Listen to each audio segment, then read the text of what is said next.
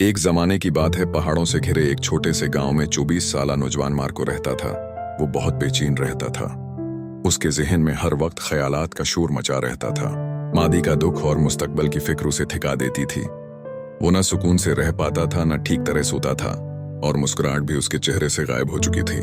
एक दिन उसने सुना कि पहाड़ों के पीछे एक दौर गांव में एक दाना बूढ़ा आदमी रहता है, जो कभी शहर का मशहूर माहिर नफ्सियात था। उसने जिंदगी में लोगों को ज़हनी सुकून देना सिखाया था और अब खामोशी में रहता था। मार्को के दिल में उम्मीद जागी और वो लंबा सफर तय करके इस गांव पहुंचा। उसने एक घर देखा जो हरियाली में डूबा हुआ था, पर हामिदे में वो बूढ़ा आदमी आंखें बंद किए बैठा था। मार्को ने आहिस्ता से कहा, दादा जान, मेरा जहन बहुत बेचैन रहता है, मैं सुकून चाहता हूँ, क्या आप मेरी मदद करेंगे? बूढ़े आदमी ने आंखें खोलें और मुस्कुरा कर कहा, अगर सुकून चाहते हो तो मेरे साथ आओ।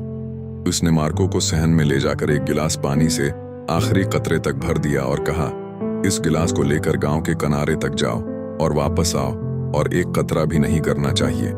मार्को ने हैरत के बावजूद चैलेंज कबूल किया और आहिस्ता आहिस्ता चलने लगा।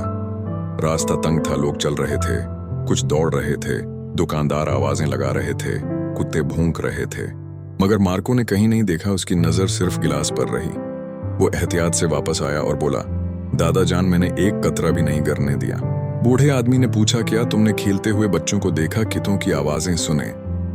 मार्को ने हैरान होकर कहा, नहीं, मैंने कुछ भी नहीं देखा, मैं सिर्फ पानी पर तौजा दे रहा था।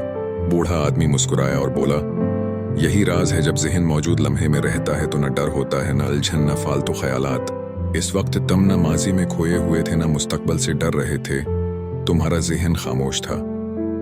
मार्को को बात समझ आने लगी। उसे मालूम हुआ कि सुकून बाहर नहीं होता, सुकून इंसान के अंदर ही होता है, जब वो उसी लम्हे में रहता है।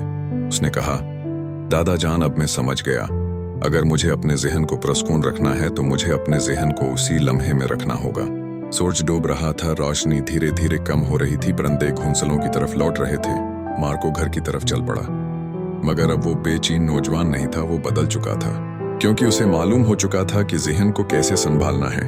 अगर आपको कहानी पसंद आए तो उसे लाइक करें, दोस्तों के साथ शेयर करें, और मजीद कहानियों के लिए हमारे चैनल को सब्सक्राइब करें। अगली कहानी तक अपना ख्याल रखें और पुरस्कून रहें।